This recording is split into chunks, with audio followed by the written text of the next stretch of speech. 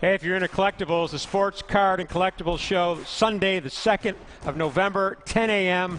They took it off the screen, so I can't memorize. There we go. Many dealers, Buffalo Bills and Sabres alumni, guests, and it benefits the East Aurora Save Our Sports effort. Guys, I'm an old man. I can't remember all that stuff. Don't take offense to that, right?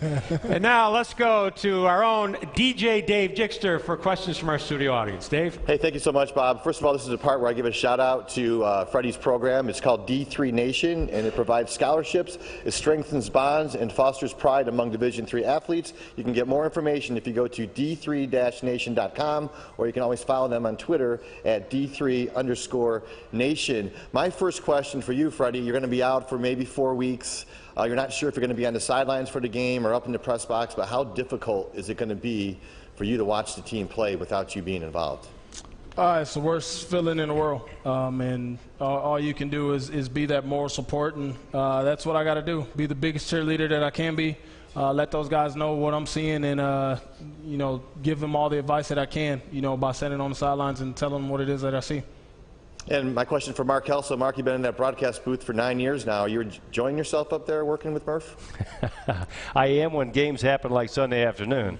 So it's a lot of fun, absolutely, to see these guys and great athletes and be able to communicate to people just how good they are and the effort that goes into it. They don't just show up on Sunday afternoon and put pads on and decide to go out there and work. It's a daily effort, and the guys that do it day in and day out are the guys that show up and perform well on Sunday afternoon. All right, let's go to the studio audience here. Question number 1, what's your name? Thomas. Hey, Tom, where are you from? Amherst. What's your question for Freddie? How does your injury from last week, and you were sick, affect you this week as you got an injury? Oh, the one from last week and being sick actually didn't have much effect on me at all. This is just, again, one of those freak injuries that, athletes get by putting too much stress on their bodies. What's your name? Sean. Hey, Sean, where are you from? Williamsville. And what's your question? How does it feel to know that CJ probably won't be in for the rest of the season?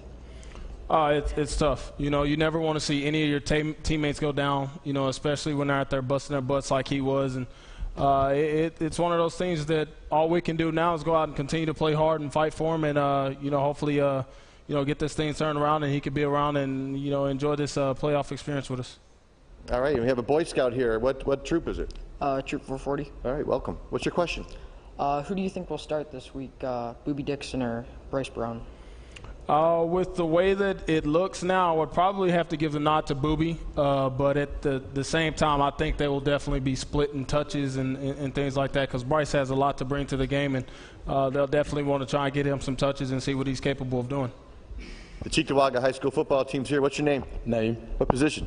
Running back. All right, running back. What's your question for Fred? What is your favorite play to run on offense? Ooh. Good question. That's too hard to narrow. I think anytime you can run a screen or a draw, I think those are two plays that a running back loves to do. It's an opportunity to get into the open field and have an opportunity to be one-on-one with some guys and make some plays. All right, last one here. What's your name? Stefan. What position do you play? Wide receiver. A wide receiver. What's your question? What did you do to get where you are today? Ooh, to get where I am today, I had to listen to my coaches. First of all, they're going to do and teach you as much as possible. And you have to take no for an answer. You can't take no for an answer. If you have the heart and desire and belief in yourself that you can do what you want to do, that's all you need. And I was told, many a times that I wasn't good enough or wasn't, big enough to play. So if you believe you can, just keep going forward. Okay, we're going to wrap up the Fred Jackson Show right after these messages.